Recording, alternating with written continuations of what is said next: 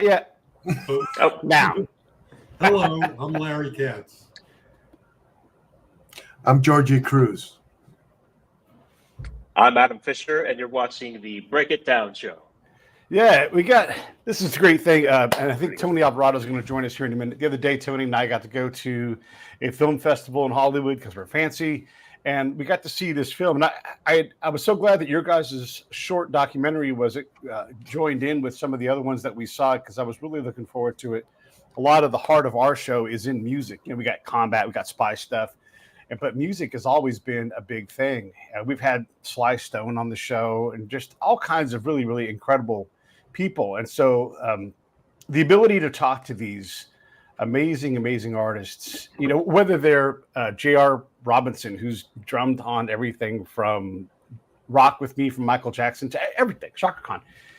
You build up this body of work, and then you look back and you're like, oh my gosh. And then there's someone like Larry who's like, yeah, I did that for a quarter century, and you realize just all of these amazing conversations. And so it was really just neat for me personally to see like what this looks like in the future, for a guy like me who's out there grabbing, and not just music, but grabbing these amazing conversations and saying, here's a body of work, and I hope you guys do something with it. And so Adam does do something with it along with Jorgy, and you guys decide to make this thing. So let's just, for a minute or two, let's talk about the film side of this. And then I want to bring Larry back in and talk about how he gets into all of the recording of these things. So let's talk about your guys' discovery of this treasure trove, and then the aha moments and how it worked from there. Sure. Yeah, I guess I'll start. Is internet's working fine for me? Am I freezing anywhere? Everything's good? You know what? I would just push through. It's a little freezy, but you're good. And if the worst comes to worst, I'll just slide you out. We'll put someone else in there to talk.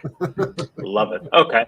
So I believe I read an article about Larry from the Boston Globe in January of 2023. It was an older article.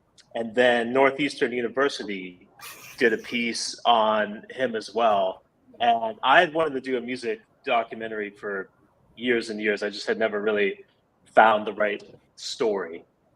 And I just kept combing through these articles, and I thought, my God, this is really kind of has a lot of the elements I'm looking for. And it's kind of a different story because you're not following a musician, you're following a journalist who knows all these musicians. So set up a call with Larry, went over to his house, kind of just chatted about what we could do and how we would do it, and it kind of unfolded from there. But, it seemed like a fun opportunity to showcase these different artists, or tell the story of Larry Katz, his career from 1980 to 2005, tell the story of these musicians who were often at the peak of their powers or slightly on the decline, but still, this is the 80s, so this is when everything was at its biggest. It was a story, we wanted to add more to it. So it's also the story of journalism in the 80s and 90s. It's the story of the music industry in the 80s and 90s, the decline of both. It's a story of technology, and it's my favorite element. It's the story of the underdog, which, Larry is the ultimate underdog, and the Boston Herald is the underdog, and it just, everything just kind of worked out for us. And so we started, I think we met, and then a few months later, kind of started shooting. My initial concept was I wanted to do something kind of a little abstract. So I was like, it'd be interesting just to see the side of the phone call from the artist's point of view. I was like, that'd be great. Larry interview, and then like David Bowie, it would be like a cigarette just burning, one shot, and you hear David's voice, maybe some sunglasses on the table. And I did like a little mock-up, and I realized quickly that was extremely boring. So we pulled the plug on that, and we kind of landed where we are. But yeah, this whole thing came together pretty quickly. Jorgy and I kind of tag teamed this, and I think we filmed with Larry a few days at his house. We did one master interview. We did the recreations essentially in 2 days. We went to Goodwill stores around Boston, borrowed furniture from Northwestern University, shot in an empty ballroom, and then it all just kind of, I've never really had a film sort of come together as easily as this one has done. I've done a few shorts in the past, and this one, it just seemed to click. I mean, credit to Larry and his tapes, but yeah, it worked out well. Loved it. Jorgy, what's your side of this tale? The whole process was horrible. No, I'm kidding. It was amazing because it's the first project that Adam and I worked on. We spend maybe 60% of the time that we're together talking about music constantly. So we're both very big fans. So when I came in and he told me like, hey, I have this story that I just started. When he told me about it, I jumped right in because I love not only the fact that we have all these tapes with Bob Marley and Nina Simone and all this great like legends. Miles Davis, my favorite artist. It's the story of Larry. Like Larry wasn't searching for any of this. It presented itself. He jumped in and became terrific at it as a bass player and then as a journalist. So I love doing that, and I love doing the reenactments too. I know they're being overdone a little bit lately, so we wanted to take a different spin, and I think it worked. We wanted to take people there to the Herald in the 80s, you know. Yeah, I was very impressed with the way that you guys handled the reenactments. That was one of the most, in my opinion, when I saw the short, that was one of the most. It was one of the coolest things that I could see. I thought you were really. I thought it was kind of inventive the way that you did it when I saw it. So I appreciated that from a viewer's perspective. Great to hear. Yeah. We love that. Yeah, we put it together pretty quickly. Like Adam said, we went to Goodwill a bunch of times, bought a bunch of like old everything, ashtrays, cups, anything we can find, and all of the vinyl records that you see there, they're our records. Like it's we both have a big vinyl collection, and then we printed a bunch of photos, and we kind of, you know. We went for it, and I think at the end it didn't look forced, it didn't look very staged. It just looked like, oh, maybe that's the Herald in the 80s, you know? Yeah, and Larry, when we saw, and once again from a viewer's perspective, when we saw the way that you were depicted, when I saw the way that you were depicted in the interviews sessions, I thought that was really, really cool. I could see that it seemed like that I was actually there, like kind of looking at from a wall. Was it always that you were in your office, or did you? I know that some of the times you did them in hotels, or what kind of environments did you do the interviews in mostly? Was it in person, in like rooms with the artists, or was it on the phone mostly? Well, it started out that I would do them all in person because I was writing for a small weekly newspaper in Boston. Then when I went to the Herald, it sort of shifted, and I'd say I probably did 75 to 80% of the interviews by the phone because the whole idea was to get the story in the paper, usually before an album dropped or before a concert was going to happen. So by necessity, we did it on the phone, and that was almost always done in the office of the Herald, which it's too bad that newspapers don't have offices like this anymore, but it's kind of like if you saw an old-time movie in a newspaper with desks and people typing next to one another, all this noise going on in the background, and you just kind of focused on what you were doing and did it there. And then, of course, when I did do things in person, yeah, a lot of time it was in hotel rooms, sometimes in restaurants over meals, and occasionally in some unexpected place. But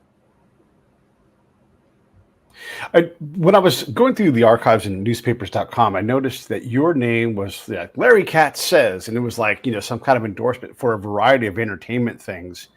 And I mean, there's hundreds of these things. So when did you become a name that was bankable for another project where you could say, oh yeah, I'm Larry Katz, and then that actually meant something to I somebody? never knew my name was bankable. Let me look at my bank account. No, Yeah. I'm not to be perfectly honest, I'm not sure what you're referring to. So to me, I was just doing my job at the newspaper. At a certain point, after about 10 years, I became a columnist, and they put my little picture of me in the story. And I was on the radio for a couple of years, just doing these arts reports once a week and stuff like that. But, I don't think I have tremendous name recognition. Let me put it that way. Within the music industry, at a certain point, when you keep on hammering away and dealing with record companies and publicists and whatnot, they learn who you are. But that's really inside baseball. Yeah. Didn't you do movie reviews too, Larry, for a bit? Yeah, well, when I was starting out at the Herald, I was doing anything I could. I was a freelancer, and I was just desperate, number one, to make a living and to try to catch on. So whatever was available, I jumped at. And strangely enough, at the Herald, even though it was when I probably did my first article for them was in the summer of 1981, they had very little music coverage. The paper was a Hearst newspaper, and it was doing very poorly, and they were cutting costs. They were struggling to stay in business. And so somehow they made the incredibly stupid decision from my point of view, to not cover music. And this is in Boston in the early 80s. It was happening, man. There was just so much music going on here. All these great artists coming through, The Clash, Elvis Costello, The Pretenders, and, Bruce Springsteen, and the Herald was kind of ignoring it. So I couldn't fight the bosses. I was a nobody, just, looking to get an assignment. So they... I took whatever it was. I did travel stories, health stories, anything. And then at a certain point, of course, movies are very important, or I should say were very important to the newspaper business. Back in the day, if you can remember, they'd have all those movie listings and page after page of movies ads. Unlike the record companies, which very rarely advertised in newspapers. So movies were vital to the paper's budget. So and then in the old days, they would review every single movie that opened. So there was room there, and they said, can you review a movie? I said, sure, let's go. And I did that for quite a while. I had a routine, in the movie industry, there are movies, if they think it's a bomb, they don't screen it for reviewers because they don't want the review coinciding with the opening day of the movie, which it was always on Fridays. So the bad movies I would go at around to a 12 o'clock showing on a Friday, and I'd see some slasher flick or some horror movie, and I'd watch it, and I'd go back to the paper, and I'd write my review in the afternoon. It would be in the Saturday paper. So I got to review a lot of really bad movies. But it was fun. I loved it. And then eventually, but I was constantly hammering away at them and saying, hey, man, we should be covering music. This is something that's important. And eventually I convinced them. Actually, the first rock and roll show I ever covered for the Herald was Ozzy Osbourne at Boston Garden. And I was at home, and they called me up in the afternoon and they said, can you go and cover Ozzy Osbourne tonight? I'm like, sure, but why on earth, of all things, do you want me to cover Ozzy Osbourne? And they said, because there's a rumor going around town, and this followed the famous Ozzy allegedly biting the head off some bats. They said there's a rumor that Ozzy's going to come out on stage and throw puppies into the audience and he will tell them that he won't start the show until the puppies are dead. I said, this is not going to happen. I said, are you insane? What are you listening to? This is crazy talk. They said, we don't care. Just go to the show. So I went to the show. Of course, there were no puppies in sight, no bats, nothing weird like that. And I got my first rock and roll review in the Herald and kind of went from there. Tony? Amazing. I was just going to ask, so you were saying that the Herald was not covering music, but were all your intercity competitors covering music at the time too? Well, there were two major papers in Boston at the time, the Boston Globe and the Boston Herald. Actually, when I very first started, it was called the Boston Herald American, and they didn't change the name until Rupert Murdoch bought it late 1982 and changed the name got rid of the American part and made it. So yes, the Globe had extensive, lively music coverage.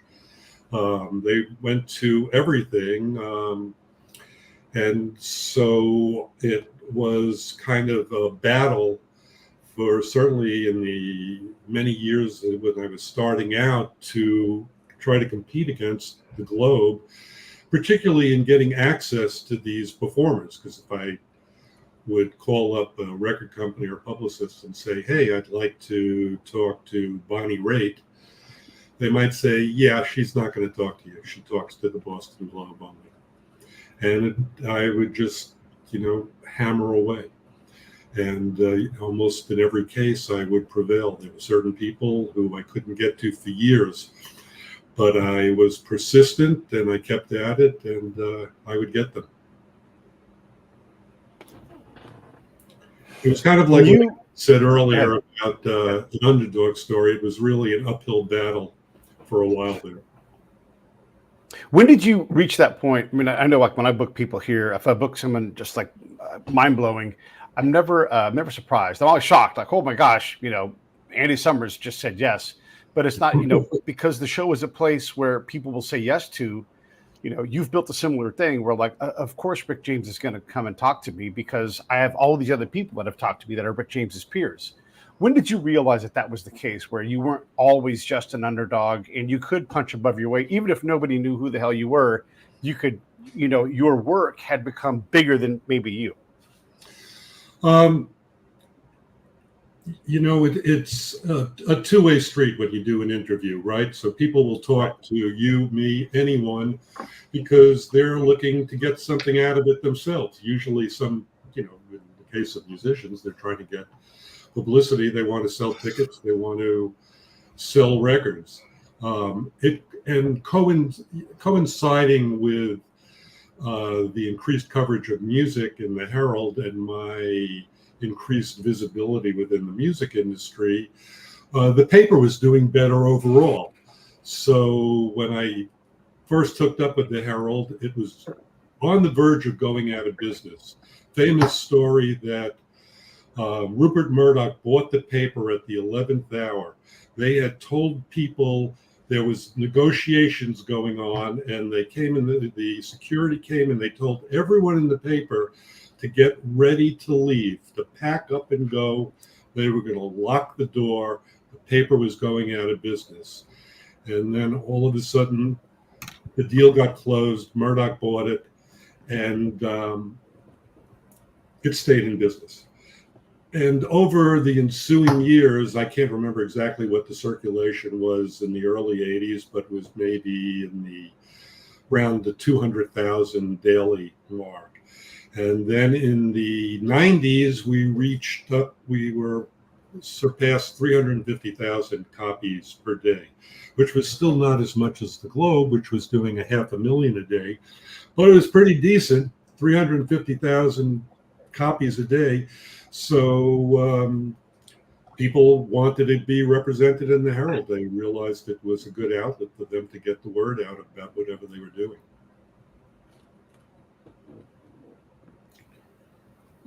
Yeah, I find that when I was going through some of the blogs and I listened to a couple of the tapes, I started going back to like when I was 18, 19 years old, and how valuable your role is for a music fan. Cause I'm just a fan. I'm not really I don't have much musical talent, but it's so important because you're like the conduit between me as a fan and the people that I want to be, that I want to hang out with. And I think that as I'm going through the tapes and listening to like Genesis from 1990, the early 1990s, which was a tour that I watched, I find that the work that you've done is so important. Looking back between my relationship between music and how it affected my life.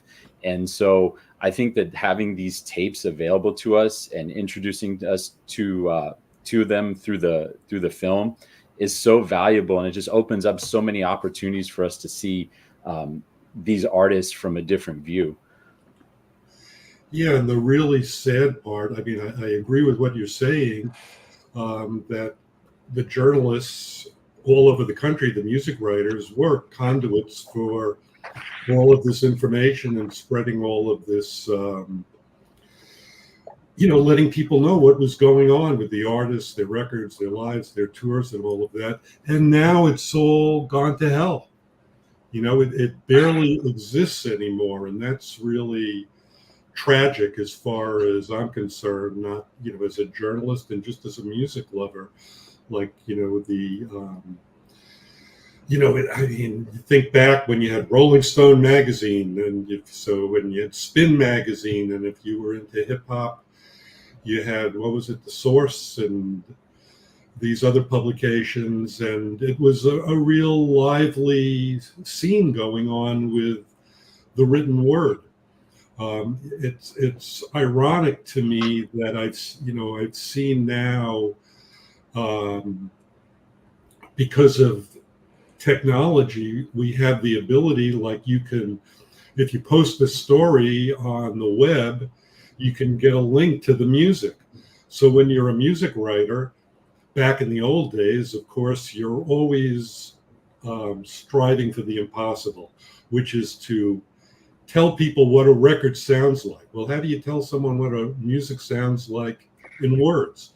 You can't really do it, which is why so many music writers just resort to quoting lyrics or stuff like that, because at least that's concrete. And now we're in an age where if I was writing music journalism, I could be talking about a record and say, hey, hit this link and listen to it. And we can talk about, you'll know exactly what I'm talking about. But now that we have this technology, the journalism part of it, it's barely there anymore. Sad. Yeah. Can we go back to that day? I mean, there's so many other ways that we cover journalism, music now through journalism on YouTube. They bring in all kinds of incredible musicians and they have interviews. There's a different form. So there is some progress. But look, there's not as many music venues in Boston. There's not as many music venues in San Francisco. Right. It's pavilions, arenas, and bigger, right? And so if you're a smaller act, I mean, look, you were a small act guy when you first started. The places that you used to be able to play at, not only are they gone, no one even remembers them. They're so gone.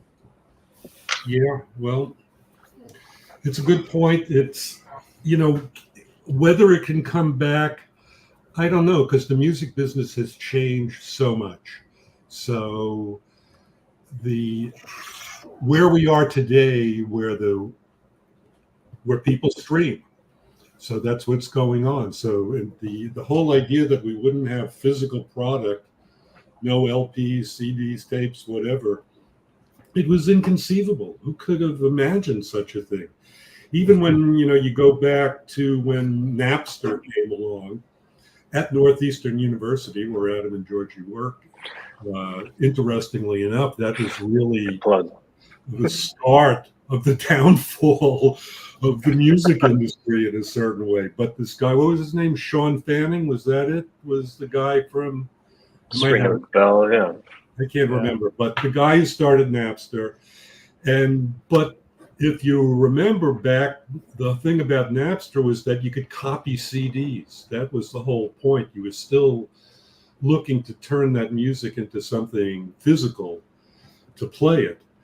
And now that it's gone, so not only did we lose the physical product, we lost all of this information that we no longer get. So who wrote the song? Who produced it? Who are the musicians on the record?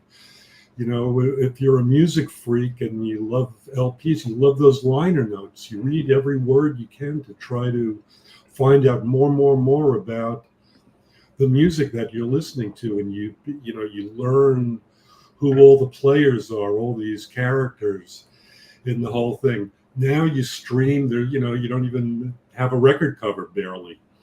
It's all very fleeting. So but I mean, you do have online publications like Pitchfork, and there's other ones that are out there that people look at, but it seems very sort of niche now, and that, and that's another effect of the internet, where, if we look back to the 60s when you had top 40 radio, everyone was listening to the same songs, and you might have hated half of them, but you loved half of them. But you were exposed to music that you might not normally be fond of. Now people are in their own little silos, so they're listening to what they like, and they don't know what's going on around the corner. So where do you find that mass audience anymore for music journalism? Beats me. Yeah. Let's go back to the movie a little bit and talk about your guys' partnership. So Larry, Adam and Jorgy come to you, and they are, I'm assuming you weren't expecting a knock on the door from some fancy movie producers, right? And they're like, hey, we think we can turn you into this project. And I'm sure that you guys are thinking, like, this is going to be, a big thing. And now it is, right? I mean, you've got this project, and I'm sure it's still growing because it's amazing. What was that like to have someone reach out from the beyond and say, you matter? We're going to do something special about your professional career. Well, at first I have to admit I had not great expectations. They were from Northwestern, where I had donated my tapes. I knew they weren't student filmmakers, but I thought it was going to kind of be like an in-house something for the school. Plus, I said, hey, you realize there's no visuals here, man. You're making a movie. It's just audio tapes. It's just voices. How are you going to make a movie out of this? And Adam said, that's my problem. Don't worry about it. That's right. Put your some sunglasses and a cigarette. I got it. Yeah, we're covered. It is. So it was, Adam sent me a link to a previous movie that he had made on a quite different subject, the power grid in Puerto Rico failing and all of that, and it was a good movie. I said, all right, he knows what he's doing. This sounds, this could be cool. And of course, it's very flattering if, I imagine most anyone, if people came along and said, hey, we'd like to make a movie about you and your work, you'd say, wow, okay, great. But certainly it was not something I ever expected to see. So kind of a funny story. When we first showed Larry the rough cut, we went over to his house. George and I just had it on the laptop. We're kind of sitting off, and it was Larry and I think Kelly was there, and your daughter maybe, and yeah, my wife. We just saw some smiles, and we were like, oh, okay, Larry liked it. And then at the end, there were a few tears, and I think the only note from Larry was, he's like, I love it. You guys misspelled Merle Haggard at the end, because at the ending is all these credits with the 1,000 names that he talked to, and we had seen it 100 times, and we misspelled Merle Haggard. That was Larry's one note. It was kind of fun. Being a journalist, we're sticklers for accuracy.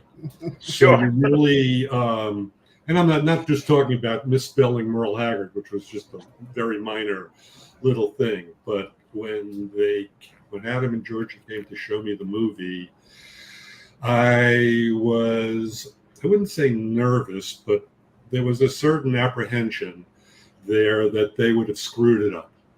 and that they'd get things wrong.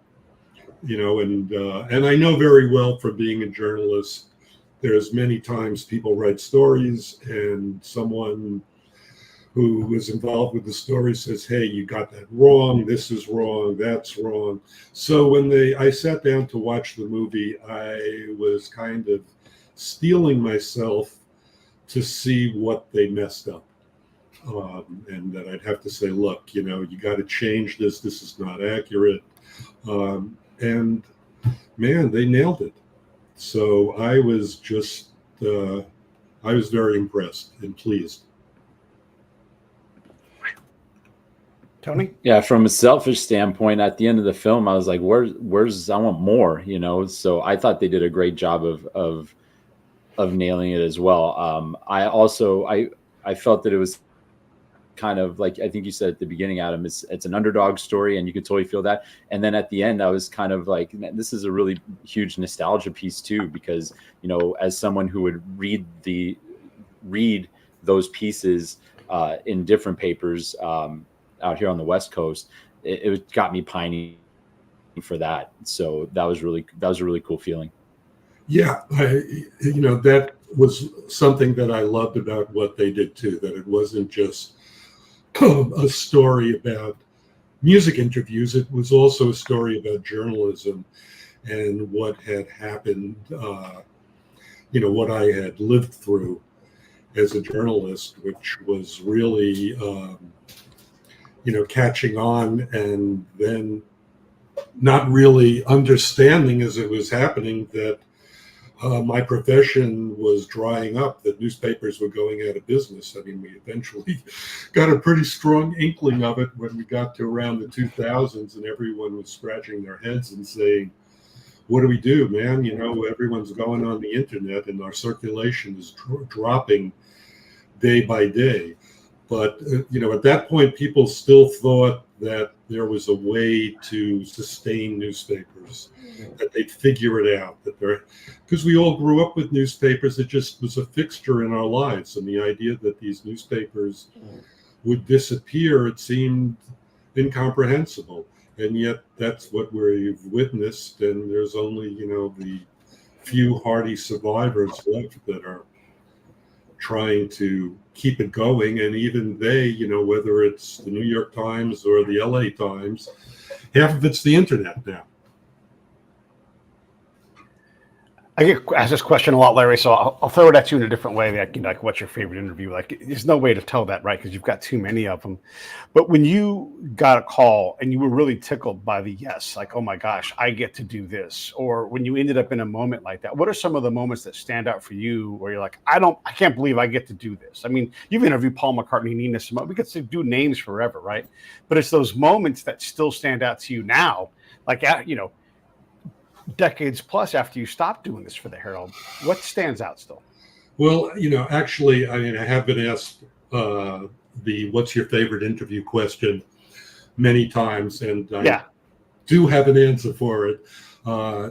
There 3 interviews stand out. They were ones that, of course, doing an interview in person is always more exciting than doing it on the phone, as you can well imagine. So it's thrilling talking to Paul McCartney. But if I would have been in person with Paul McCartney, that would have been a lot more exciting.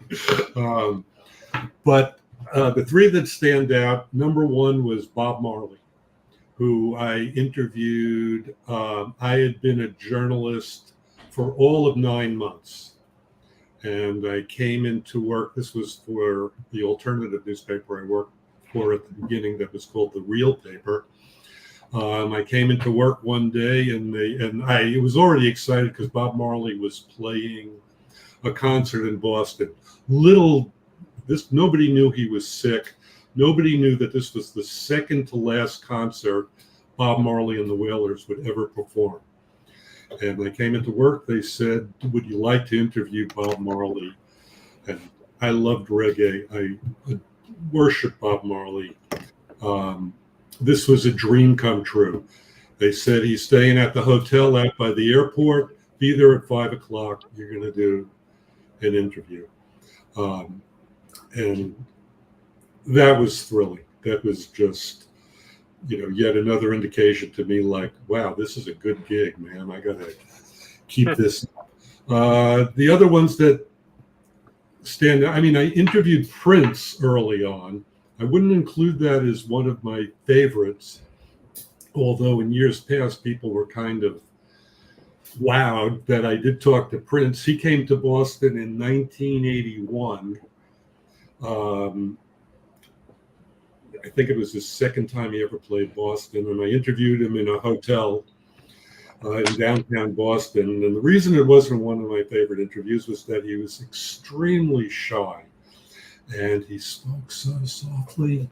He had that Michael Jackson whisper thing going on. I could barely hear what the guy had to say. And even though I taped it, the tape was horrible. It's in my archive there. People can access the Prince tape, but it's rough listening because you just can't make out what he's saying most of the time.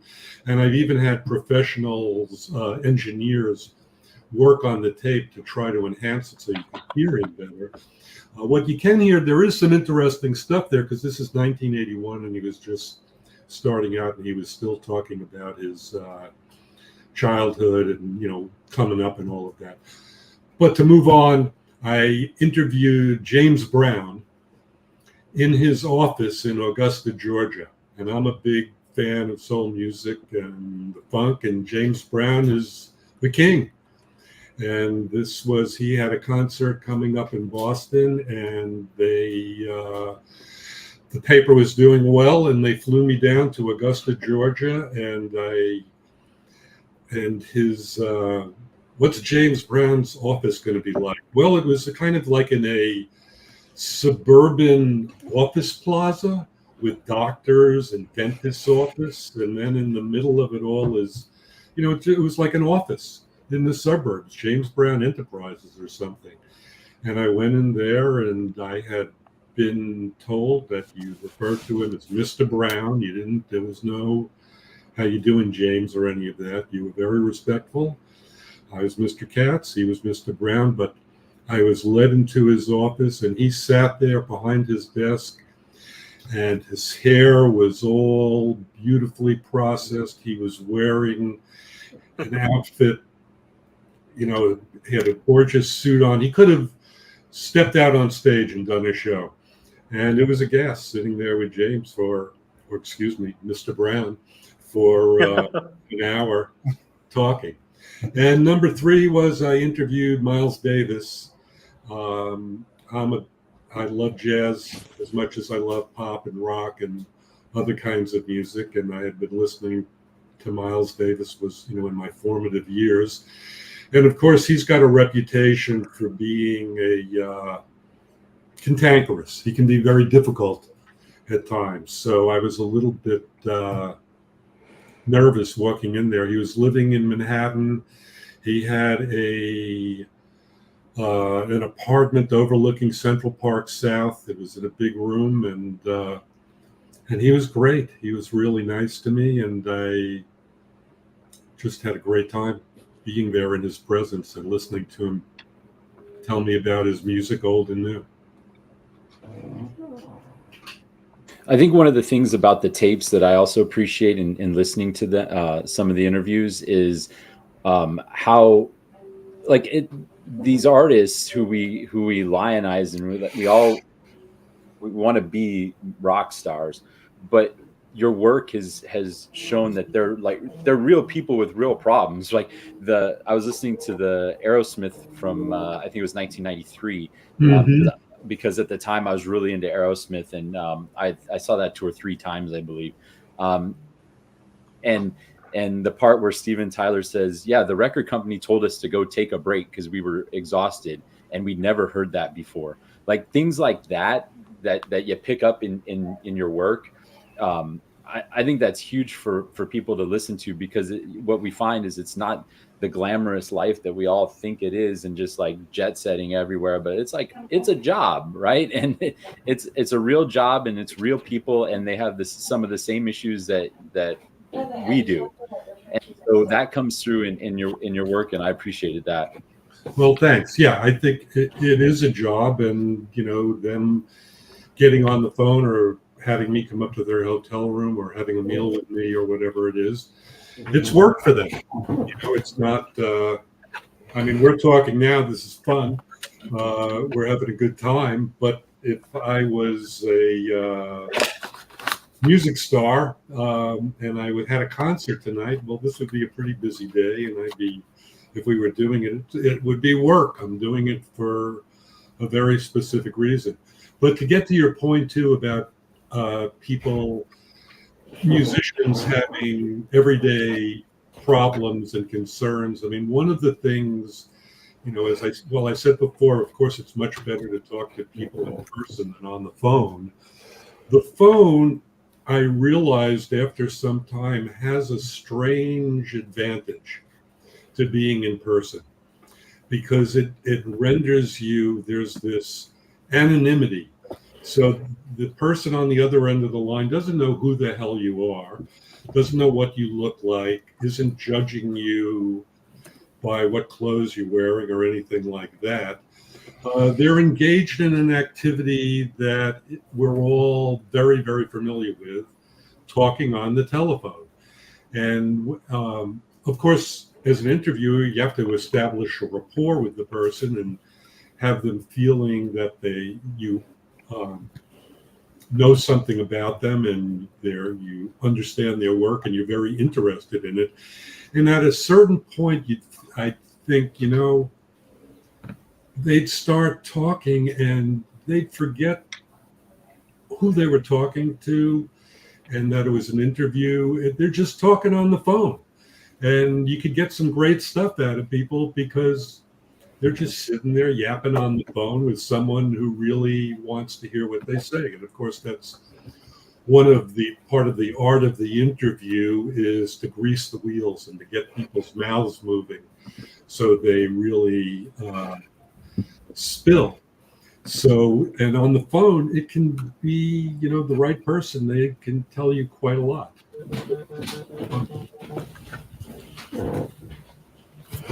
Yeah, that's one of the coolest things I've noticed. I'm looking forward to diving further into the archive, because, like I said, after I saw the film, I wanted more. Like, I wanted more now, and so being able to, the generous gift that you made to the university, it's giving us as fans the opportunity to go and dive deeper into your work and into the bands and even learn new things about people that we didn't know before, which is very cool for me as a fan. Great. Well, what is next for the film, fellas? You guys are obviously, you're going to look for budget money, distribution, all these things, all the business side of things. But Adam and Jorgy, where do you guys see this thing going next? How was the film festival for you guys? Are you going to continue to submit it and get more laurels? What's the future? Yeah, I guess I'll speak to the festival route right now. We are actually on Monday. Larry's going up to the Maine International Film Festival. We're playing there. 2 shows there. We're in Boston this weekend. I believe we're in Melbourne, Australia next weekend.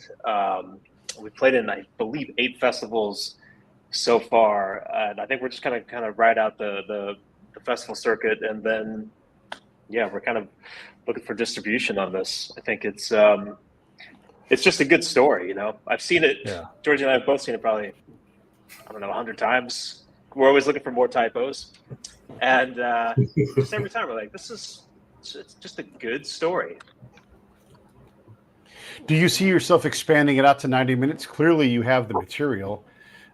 What's the final length of this thing going to be, or are we at that length right now? I think it works. It's currently 25 minutes, and I think. Look, Jorgy and I kind of talked about the idea of a feature length with this, but it feels like it's the right length. And short films are hard to do too, because you have, in the longer film, maybe the 2-hour film, 3-hour film, whatever, you can take your time and sort of weave in and out. Short film, you got to get in, you got to get out, and there can be zero fat on the bone. And that's I think one of the best things about this film is it's very lean, and that's one of the biggest compliments we've gotten from lots of people who've seen it. Said this felt like 10 minutes, and it's 25. So I think this is the right length right now. If we got distribution and one of the bigger boys came along and said, "Hey, let's open this up. Let's make it 90." I think we could. That's certainly a conversation, but we'd have to bring a few more elements into it just to sort of sustain that length. Yeah, I would say, part of my trepidation when I watched it the first time, I knew it was 25 minutes long, but I was thinking, God, is this going to be boring? People going to want to listen to me and this stuff for 25 minutes? And that was part of my delight in the whole thing, was that, as Adam said, it just went by in a flash. And I think that's one of the great virtues of what Jorgy and Adam accomplished, is that it's very entertaining. I don't think there's any spots in it where you're watching it and you go, all right, enough of this, move it along. I'm getting bored here. It just, it really flows nicely. Yeah, for the artists, we tried to, not make everything so kind of cliche or having the artist say the same thing. Like there's add some humor. There's a great bit where, because, the film is about other things, obviously, but we talk about the technology. How did Larry capture these interviews? And there's sort of this moment that I don't think a lot of filmmakers would have latched onto, with Lou Reed saying, "I can't hear you. Your phone is awful." And he's insulting Larry and his technology, and he's insulting all of Radio Shack. And that's all we used from the entire Lou Reed interview, was this 20 seconds of Lou Reed giving Larry just the business for having a terrible, terrible phone. We chose bits from Whitney Houston, sort of came on the back end of Lou Reed there just to cement the technology part of it. She was on a bus and they just lost contact. And so it's these, I think we chose wisely in the bits from the archives, which was a whole other process, trying to figure out who we wanted. I think there's 15 musicians total in the film. It was really, we had a big whiteboard going, like, okay, who do we know we want in? Who is kind of on the fringe? And then you would listen to the interviews or transcribe them, and sometimes they just didn't kind of fit what we were looking for. So that was probably the biggest puzzle, like trying to figure out who would represent Larry's body of work. And I love my favorite. Jorgy and I were both our Lord Saviors, David Bowie. So we put him in, and he just starts.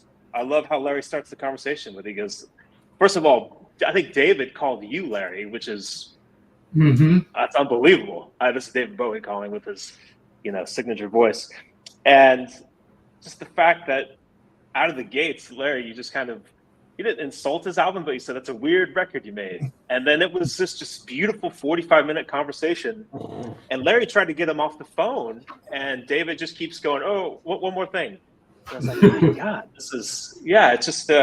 So I've kind of lost my point there, but yeah, I think picking those artists, picking these little moments where it wouldn't seem like the typical story, that's kind of what we focused on. Well, we got to ask the question. I guess I'll ask Jorgy first. What got away that you needed to be in the movie, but there's just no way to make it fit? Because you know how it is. There's just all these wonderful gems, and it just doesn't work. All right. So what hurts the most? So mostly in post-production, what I did, aside from like color grading and technical stuff, is that I built those little kind of pods of each artist, and we had to get rid of a lot that I had ready that I just loved. There was a great interview with Alanis Morissette that I loved. I just loved it. And then you see the edit, you go like, this has to go away.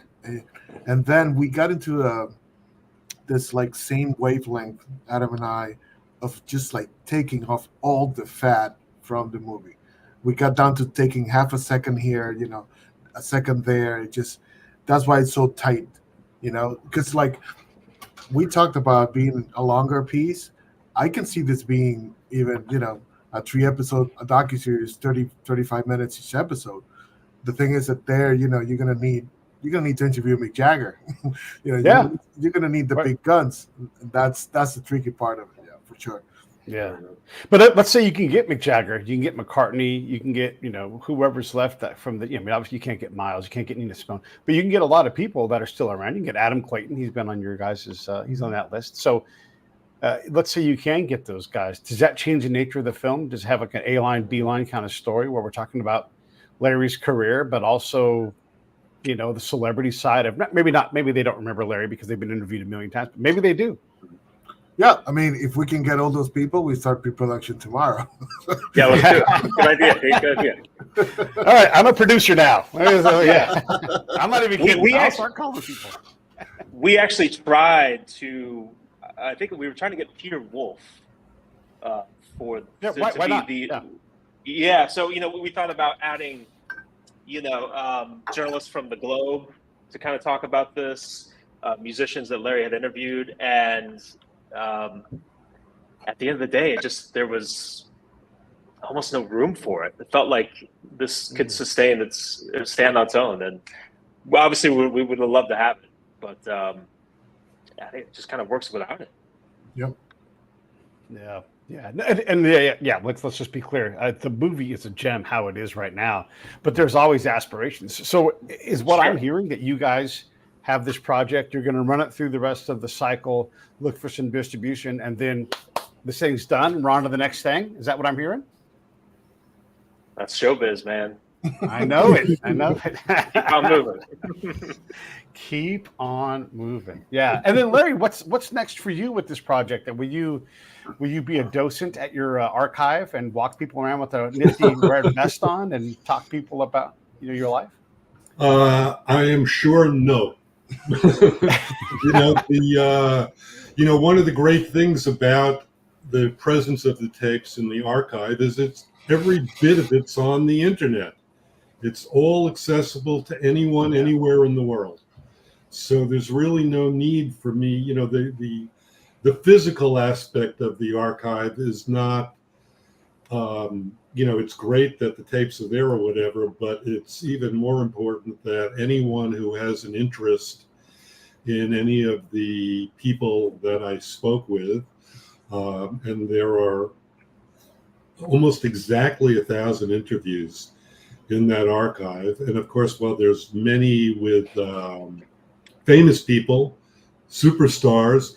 There's also a lot with musicians that are, you call them cult artists or whatever, that have an adoring fan base who would love to hear this stuff that you might not expect to find there. So it's not just big names. There's a lot of stuff there. And so the great thing is that it is accessible to anyone with with internet access.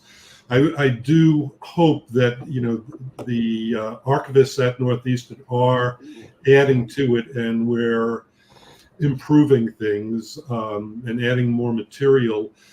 We're looking to put copies of all the stories that I wrote with the interview, so you could listen to the interview and then read the resulting article, what turned up with. Then we'd also like to have the transcriptions of the whole interview. I mean, one of the great things about the listening to the interviews now is that it's completely unedited. All of this stuff that's there, none of it was meant really to be heard by anyone but me. I was just doing it so I could complete my job, which was to write a story for the newspaper.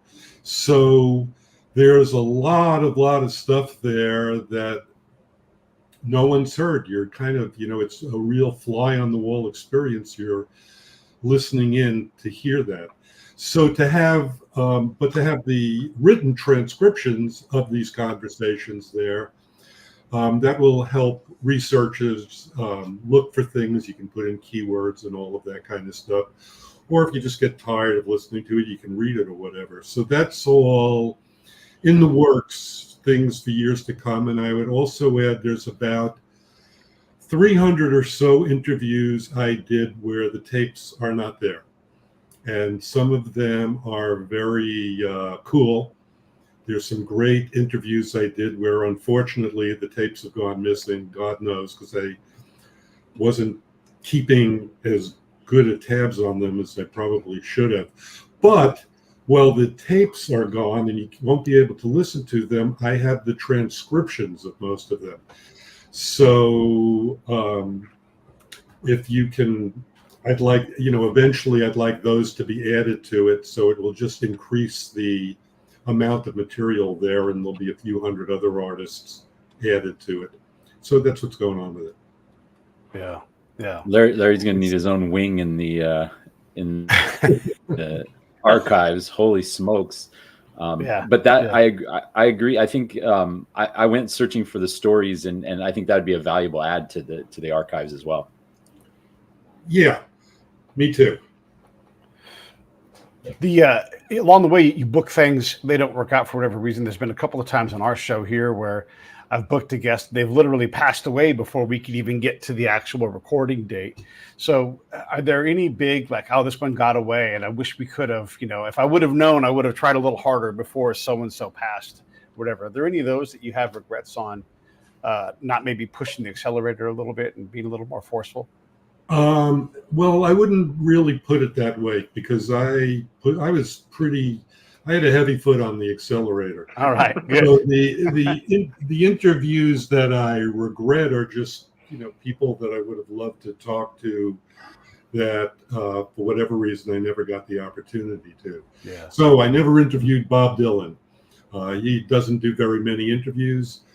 I never interviewed Neil Young, another person who doesn't do very many interviews. I never interviewed Springsteen. Interviewed members of his band, talked to Little Steven at least once, maybe twice. Niels Lofgren, Clarence Clemens, who's no longer with us. I had a lovely interview with him, a great guy, but never talked to the boss himself. Would have loved to have done that, and I could, I could probably put together a fairly long list of people that I didn't get to, but it wasn't like I wasn't a bird watcher, like with a life list. I want to see every bird in the world or anything like that. I was doing my job, so could I have gotten a Bob Dylan interview? Well, damn, that would have been, my bosses would have liked that. Everyone would have been happy. But it just didn't happen. But that's, the nature of life, right? You can't get them all. And did you review every single tape after you did the interview to write your article, or did you kind of have it set in your mind? Because, at some point you probably, at least I would imagine, you just developed the ability to go, I know what this is about, I know what to write. And other than screaming through and get some quotes out of it, did you actually screen these things afterwards, or some of these things completely unlistened? Yes. I mean, that was the least fun part of the job. To not only to listen back to it, but I would, sit at my keyboard and transcribe the interview. So this was, nowadays they have digital transcription, things which will do it for you. That was never part of my world, and I didn't have a secretary or something where I could hand them the tape and say, hey, transcribe this tape for me. And a lot of times, particularly, when you're dealing with music and musicians, a lot of names come up and things that people don't really, they won't spell it right. They're not going to understand who it is or what the significance is. But I did, because I did the damn interview. So I painstakingly transcribed every interview myself, and luckily I did keep those transcriptions. And as I said before, I'm hoping that we'll get them on the website sometime in the future. For anybody watching, I'm going to put the link up for the archives. Anybody can go to these things. There's also a Spotify playlist. Just type in Katz Tapes, you'll find all that stuff. But over yonder, you see that link right there? That's it. And it's real simple. Just thekatztapes.library. You'll find it. It's at Northwestern. Just type in Katz Tapes. You guys know how to search stuff, and you'll be off on your way. You can listen. You can read. It's all kinds of things you guys can do. Fellas, I'll give you each a crack at a last word. Tony, I'm going to have you go first. Any thoughts before we wrap this thing up? I just wanted to say thanks to Adam and Jorgy for putting this film together, because it really got me fired up. And I wanted to thank Larry for taking the time to do his job. I mean, but this is so valuable for any music fan, to get a little bit of inside baseball on music and what goes into work, or into the work of music. So from a fan standpoint, I appreciate all of your work and thank you very much. This is a great project that you've done. Jorgy. Larry, let's get more tapes. Let's do part 2. Yeah, that's right. Well, this was a great experience, not only working with Adam, but just getting to know Larry, and getting to know his story and everything. The fact that he spoke to Miles Davis still just blows my mind. And it's my favorite interview. It's a great interview how Larry navigates it. So thank you, Larry, again. Adam. Oh, hey, my lights just went off. Yeah, I just want to say thank you for the love and support and for reaching out and for having us, and Larry, for giving us just your time and kind of trusting us to tell the story. And if Pete, if you have Mick Jagger's number, just go ahead and flick that to us. We'll start making some calls. I'm actually one relationship away. I actually could ask. I don't know if I would get told yes, but Let's do it. It's not as hard as we all think. All right, and then Larry. I would just add that if you are a music fan in the broadest sense of the word, you're going to find something there that will be of interest to you. That while there's, rock, pop, soul, reggae, jazz, but there's some really great country music stuff in there, and there's even classical music stuff in there that you would find. So, and a lot of world music, salsa. I love all kinds of music, and I think it's all represented there. So I would venture to say that if you like music, I can virtually guarantee you will find something in that archive, an interview with someone that you're going to be happy to find. There you have it. All right, let me roll these credits, fellas. I'll say goodbye to you all in a second, as soon as we get offline. Hey, thanks for watching the show. I really appreciate it. Right here, you can subscribe. Please do that. It makes the show grow. Hit that notification bell so you know which incredible guest is coming up next. Down below is the PayPal link. You can put a small subscription in. That is an enormous help. All that money goes right back into the show. And then right up over here are the next episodes you should listen to, curated by yours truly. Thank you so much